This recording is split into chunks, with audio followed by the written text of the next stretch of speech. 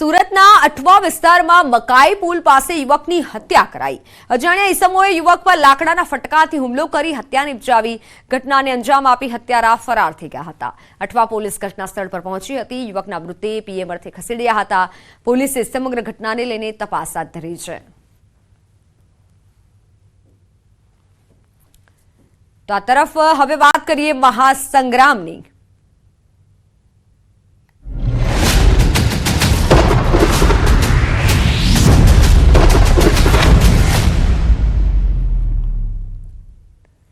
ચૂંટણી પહેલા ભાજપમાં ભરતી મેળો યથાવત છે। ગાંધીનગરમાં આજે 200 થી વધુ સામાજિક આગેવાનો ભાજપમાં ભળ્યા છે। અનુસૂચિત જાતિ સમાજના લોકોએ કેસરીઓ ધારણ કર્યો છે। વિવિધ જિલ્લાના એસટી સમાજના આગેવાનોએ પ્રદેશ પ્રમુખ સીઆર પાટીલના હસ્તે ભાજપનો ખેસ ધારણ કર્યો। અખિલ ભારતીય આદિમ મહાસંઘના અને વિરાટ દેવી પૂજક સંઘના પ્રમુખ રૂપસીભાઈ ભારભીડિયા સહિતના 200 થી વધુ સમર્થકો વિધિવત રીતે ભાજપમાં જોડાયા। કાર્યક્રમમાં સંબોધન દરમિયાન સીઆર પાટીલે સેમ પિત્રોડાના ટેક્સવાળા નિવેદન પર આકરા પ્રહાર કર્યા। પાટીલે કહ્યું કે રાજીવ ગાંધી હોય કે રાહુલ ગાંધી કે મનમોહન સિંહ, કોંગ્રેસની મથરાવટી મેલી છે। લોકોના હકનો હિસ્સો કોઈ છીનવવાની કોશિશ કરશે તો ભાજપ જરા પણ નહીં ચલાવી લે।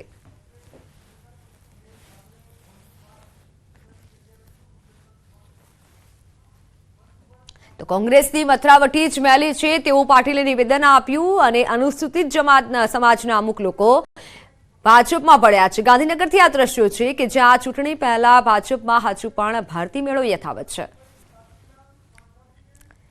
કુંભાણી વિવાદમાં ખોટી સહીનો મુદ્દો ભાજપ જ્યારે રાજ્ય ચૂંટણી પંચે રિપોર્ટ દિલ્હી મોકલ્યો છે। દિલ્હી ચૂંટણી પંચને આ રિપોર્ટ મોકલાયો છે। જો ગુનો સાબિત થાય છે તો 3 વર્ષની સજાની જોગવાઈ છે। રાજ્ય ચૂંટણી પંચે રિપોર્ટ હવે દિલ્હી મોકલ્યો છે। દિલ્હી ચૂંટણી પંચને આ રિપોર્ટ મોકલવામાં આવ્યો છે। જો ગુનો સાબિત થાય તો 3 વર્ષની સજાની જોગવાઈ છે।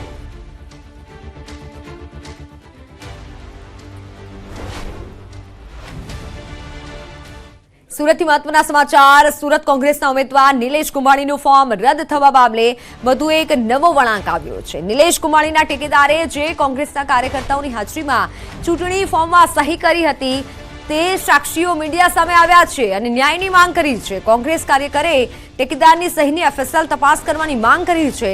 સાક્ષીઓનો દાવો છે કે તેમની હાજરીમાં જ કુંભાણીના ટેકેદારોએ ઉમેદવારી પત્રમાં સહી કરી હતી। સાક્ષીઓએ ચૂંટણી પંચ સામે પણ આક્ષેપ કર્યો છે। ચૂંટણી પંચે સાક્ષીઓની એફિડેવિટ રદ કરી એક તરફી કાર્યવાહી કરી હોવાનો આરોપ લગાવ્યો છે।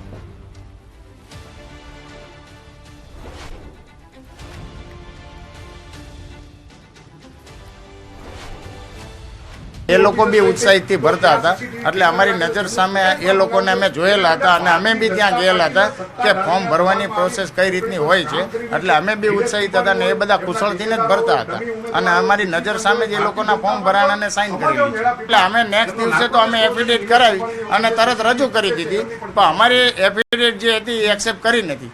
જ્યારે અમારી એફિડેવિટ ત્યાં પડી આ લોકોની એ ચૂંટણી પંચની સમય મર્યાદામાં હતી, એની બહાર નહોતી। એટલે સૌથી પહેલાં ચૂંટણી પંચ સામે એટલા માટે આંગળી ચિંતાઈ રહી છે કે ચૂંટણી પંચે એમની સહીઓ તેને એફએસએલમાં મોકલવી જોઈએ। નિલેશ કુંભાણીની ઓફિસે આ ફોર્મ ભરાણા ત્યારે અમે સાક્ષી હતા એવું એફિડેવિટ આ લોકો આપતા હોય તો નિલેશ કુંભાણીની ઓફિસે પણ કેમેરા લાગેલા હતા તો એમને સીસીટીવી ફૂટેજ પણ મંગાવવું જોઈએ, પણ એ નહીં મંગાવી અને ચૂંટણી પંચે એકતરફી નિર્ણય આપી દીધો એટલે ચૂંટણી પંચ પણ ક્યાંક ને ક્યાંક આમાં સામેલ છે। સુરતની વાત। સુરતના કોંગ્રેસના એક સમયના ઉમેદવાર અને હાલ ગાયબ નિલેશ કુંભાણી અંગે સૌથી મોટા સમાચાર સામે આવ્યા છે। ખુદ કુંભાણીના પત્નીએ નિલેશ કુંભાણીનું લોકેશન બતાવ્યું છે। કુંભાણીના પત્ની 4 દિવસ બાદ તેમના નિવાસસ્થાને પહોંચ્યા। કુંભાણીના પત્નીનો મોટો દાવો છે કુંભાણી પરિવાર સાથે સંપર્કમાં છે। ફોર્મ રદ થાય તો લોકો સાથે નહીં પરિવાર સાથે સંપર્કમાં છે।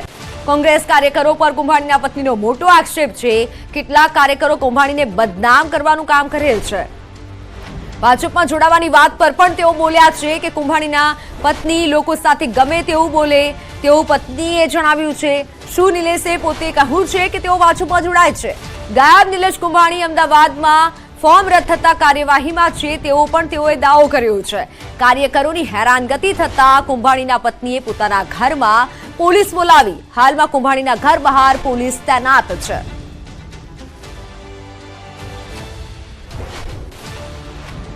લોકો તો કોઈ બી વાતો કરે। પણ શું નિલેશ કુંભાણીએ પોતે કીધું છે કે હું બીજેપીમાં જોડાઈ રહ્યો છું?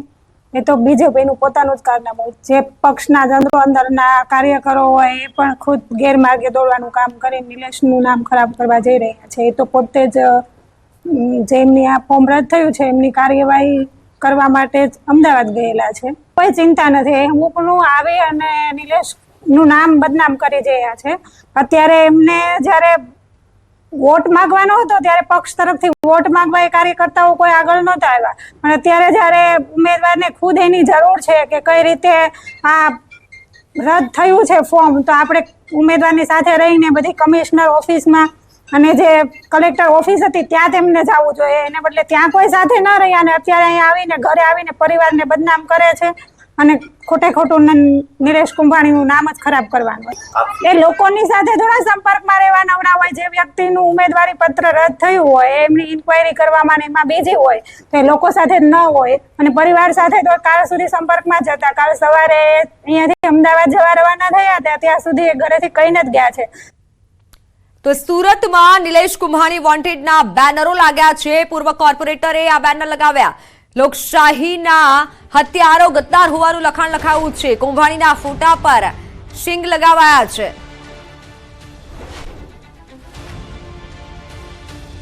લોકશાહીનો હત્યારો ગદ્દાર હોવાનું આ લખાણ લખાયું છે. સુરતમાં આવા બેનરો લગાવવામાં આવ્યા છે. કુંભાણીના ફોટા પર શિંગ લગાવવામાં આવ્યું છે. સુરતમાં આ રીતે કુંભાણીના ફોટા લગાવવામાં આવ્યા છે. જોકે પત્નીએ કંઈક અલગ જ દાવો કર્યો છે. પૂર્વ કોર્પોરેટરે આ બેનર લગાવ્યું હોય તેવું હાલ સામે આવ્યું છે. લોકશાહીનો હત્યારો ગદ્દાર હોવાનું લખાણ સુરતમાં લખાયું છે અને સુરતમાં આ પ્રમાણેના બેનરો લગાવવામાં આવ્યા છે. ચૂંટણીનો જંગ જામ્યો છે અને ઉમેદવારો પ્રચારમાં વ્યસ્ત છે. એડી ચોટીનું જોર પણ લગાવી રહ્યા છે. ત્યારે વડોદરામાં ભાજપ ઉમેદવારનો વિડીયો વાયરલ થયો છે, જેમાં ઉમેદવાર હેમાંગ જોશી ગરબે ઘૂમતા નજરે પડ્યા. શહેરના સન ફાર્મા રોડ સ્થિત એક ધાર્મિક કાર્યક્રમમાં તેઓ ગરબાના તાલે ઝૂમ્યા. ઉમેદવારની સાથે કોર્પોરેટર ઉમંગ બ્રહ્મભટ્ટ પણ ગરબે ઘૂમતા નજરે ચડ્યા.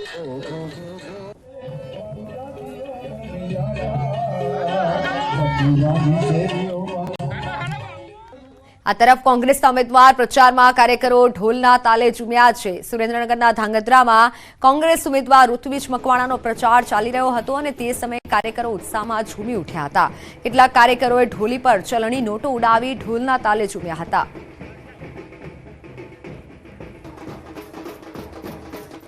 7 મેના રોજ ગુજરાતમાં યોજાવાની છે લોકસભાની ચૂંટણી અને આ ચૂંટણીમાં વધુમાં વધુ મતદાન થાય તે માટે ચૂંટણી પંચ દ્વારા વિવિધ પ્રયાસો હાથ ધરવામાં આવી રહ્યા છે. ત્યારે પંચમહાલ જિલ્લાના કલેક્ટરે જિલ્લામાં રેકોર્ડ બ્રેક મતદાન થાય તે માટે પહેલ કરી છે. કલેક્ટરે જિલ્લાના વિવિધ વેપારીઓ સાથે બેઠક કરી હતી અને વેપારીઓને 7 તારીખે મતદાનના દિવસે મતદારોને ડિસ્કાઉન્ટ આપવા માટે અપીલ કરી હતી. કલેક્ટરના નિર્ણયને વેપારી એસોસિએશને આવકાર્યો છે અને મતદાનના દિવસે 7% ડિસ્કાઉન્ટની જાહેરાત કરી છે. જે લોકો મતદાન કરી આવશે અને મતદાનની નિશાની બતાવશે તેને ખરીદી પર 7% ડિસ્કાઉન્ટ મળશે.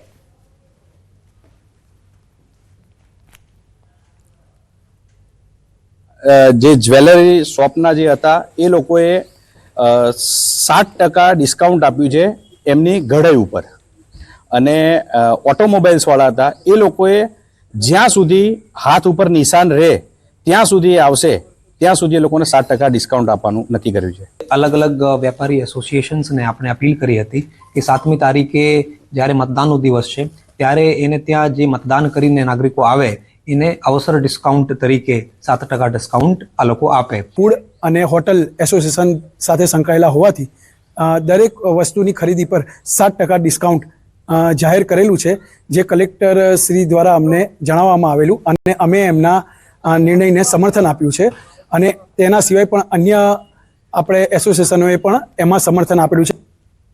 તો ગુજરાતમાં લોકશાહીનું પર્વ શરૂ થઈ ગયું છે. આપને જણાવી દઈએ અને આપને જાણીને નવાઈ લાગશે કે આજથી શતાયુ વૃદ્ધો એટલે કે 100 વર્ષથી ઉપરના વયોવૃદ્ધ મતદારો માટે પોસ્ટલ બેલેટથી મતદાન શરૂ કરાયું છે. બારડોલી લોકસભા બેઠક પર વયોવૃદ્ધ મતદારો માટે પોસ્ટલ બેલેટથી મતદાન શરૂ થયું છે. મહુવાના માંગરોળિયા ગામે 102 વર્ષના વૃદ્ધાએ મતદાન કર્યું હતું. 102 વર્ષીય વાલીબેન પટેલે પરિવાર સાથે રાખી મતદાન કર્યું. સાથે લોકોને અચૂક મતદાન કરવા માટે પણ અપીલ કરી હતી.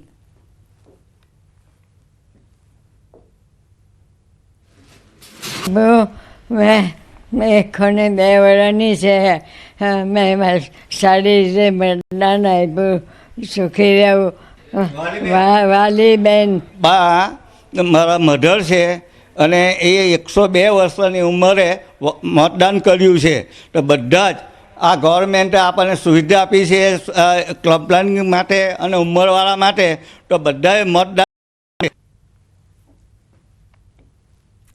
વૃદ્ધાએ પોસ્ટલ બેલેટથી મતદાન કર્યું છે. બારડોલીમાં શતાયુ વૃદ્ધો માટે મતદાન શરૂ થયું છે. 102 વર્ષના આ બા છે અને જેઓએ મતદાન કર્યું છે. 102 વર્ષના વૃદ્ધાએ મતદાન કર્યું છે અને લોકોને પણ એક પ્રેરણા આપી છે.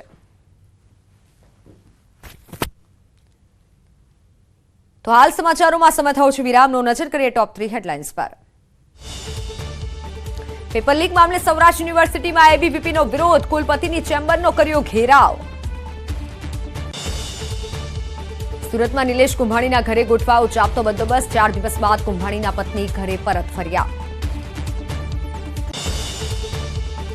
અમદાવાદથી સાળંગપુર સુધી શરૂ થશે ડેલી હેલિકોપ્ટર રાઇડ. સાળંગપુરમાં બનાવાયા 2 હેલિપેડ બનાવવામાં આવ્યા. 30,000 ચૂકવવું પડશે ભાડું.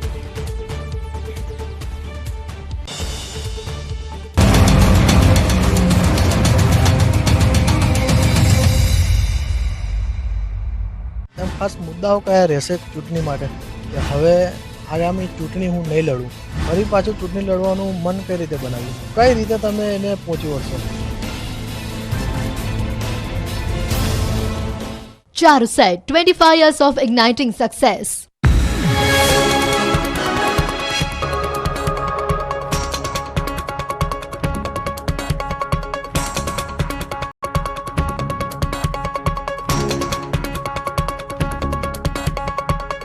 Charuset, 25 years of igniting success. Shaktisinh ગોહિલના નિવેદન સામે ભાજપે વળતો પ્રહાર કર્યો છે. યજ્ઞેશ દવેએ કહ્યું કે હાલ કોંગ્રેસ પાસે કોઈ મુદ્દા નથી એટલે આવા ગતકડા કરે છે. શક્તિસિંહને કોંગ્રેસનો જમાનો યાદ આવ્યો લાગે છે. એમને તંત્ર દ્વારા ખાસ કરીને પોલીસ વિભાગ દ્વારા બોલાવવામાં આવે છે, ધમકાવવામાં આવે છે, મતદાન નહીં કરવા માટે કહેવામાં આવે છે.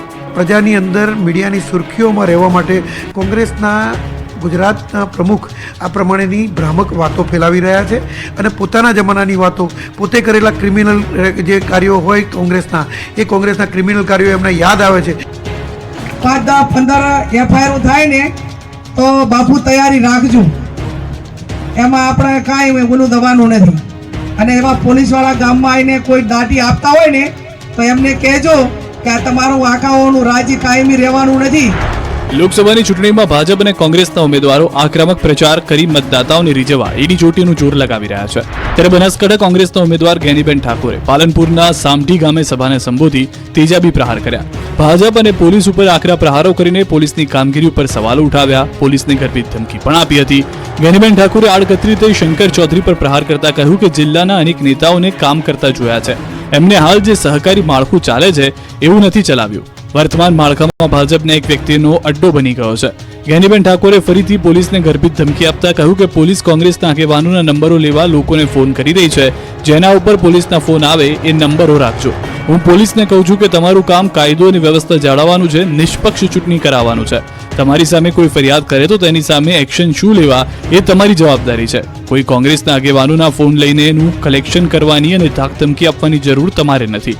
વધુમાં ગેનીબેને કહ્યું કે અમે ગાંધી વિચારધારાવાળા છીએ, કાયદાનું સન્માન આપીએ છીએ, તો પણ તમે કાયદાનું ભંગ કરીને કોઈને દબાવવાનો પ્રયાસ કરશો તો તમે જેવા છો એવા અમને થતા વાર નહીં લાગે. અમરેલી કોંગ્રેસના ઉમેદવાર જેની ઠુમ્મરના મધ્યસ્થ ચૂંટણી કાર્યાલયને ખુલ્લું મુકાયું, જેમાં કોંગ્રેસ અને આપના આગેવાનો અને કાર્યકરો મોટી સંખ્યામાં હાજર રહ્યા. ગારિયાધારના ધારાસભ્ય સુધીર વાઘાણી, મહુવાના કનુ કલસરિયા, વીરજી ઠુમ્મર, પ્રતાપ દુધાત હાજર રહ્યા. જેની ઠુમ્મરે કહ્યું કે આ વખતે અમરેલીમાં પરિવર્તનનો પવન ફૂંકાશે. તો કાર્યાલયના ઉદઘાટન સાથે અમરેલી જિલ્લા પ્રમુખ વિરોધીઓ પર ખૂબ વરસ્યા. સુરતમાં દંગો કરનાર નિલેશ કુંભાણી અને રાહુલ ગાંધી સામે ટિપ્પણી કરનાર ભૂપત ભાયાણીને આડે હાથ લીધા. કુંભાણીને ખુલ્લી ચીમકી આપતા નિલેશ કુંભાણીને હું છેલ્લા શ્વાસ સુધી નહીં છોડું તેવું કહ્યું. નિલેશ કુંભાણીને દુધાત ગદ્દાર ગણાવ્યા. તેમણે એટલે સુધી કહી દીધું કે હવે સુરતમાં કાં તો પ્રતાપ દુધાત રહેશે કાં તો નિલેશ કુંભાણી રહેશે.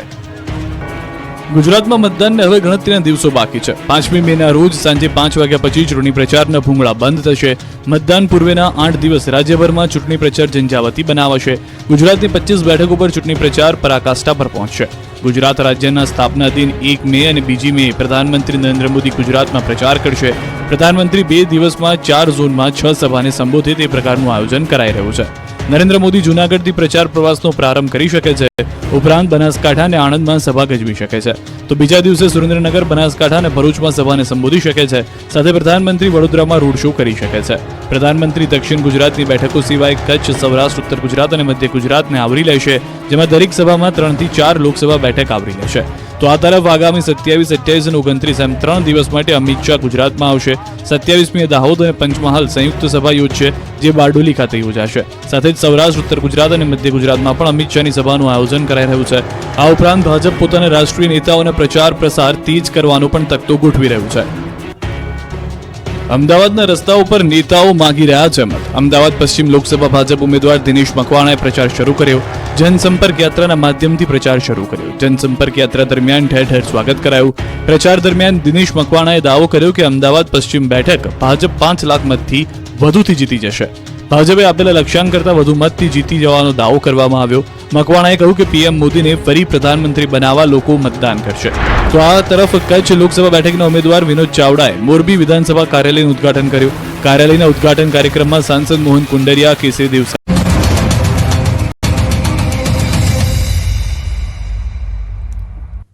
Welcome back. વાત સુરતની. સુરતમાં યુવક પર જીવલેણ હુમલો થયો. ભૂપેન્દ્ર અલકરી પર છરીથી હુમલો થયો. ઝઘડાની અદાવતમાં હુમલો થવાનું સામે આવ્યું છે.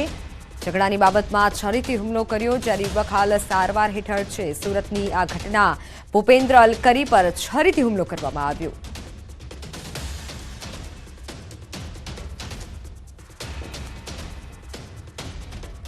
જેસનના વીરપુરમાં થયેલી મારામારીમાં યુવકનું મોત નીપજ્યું છે. સપ્તાહ પહેલા થયેલી મારામારીમાં જીતુભાઈ ગોહિલ ઘાયલ થયા હતા, જેમનું ભાવનગરમાં સારવાર દરમિયાન મોત નીપજ્યું છે. જૂની અદાવતમાં મારામારી થઈ હોવાનું પ્રાથમિક તપાસમાં સામે આવ્યું છે. યુવકનું મોત થતાં પોલીસે હત્યાની કલમ ઉમેરી આગળની કાર્યવાહી હાથ ધરી છે.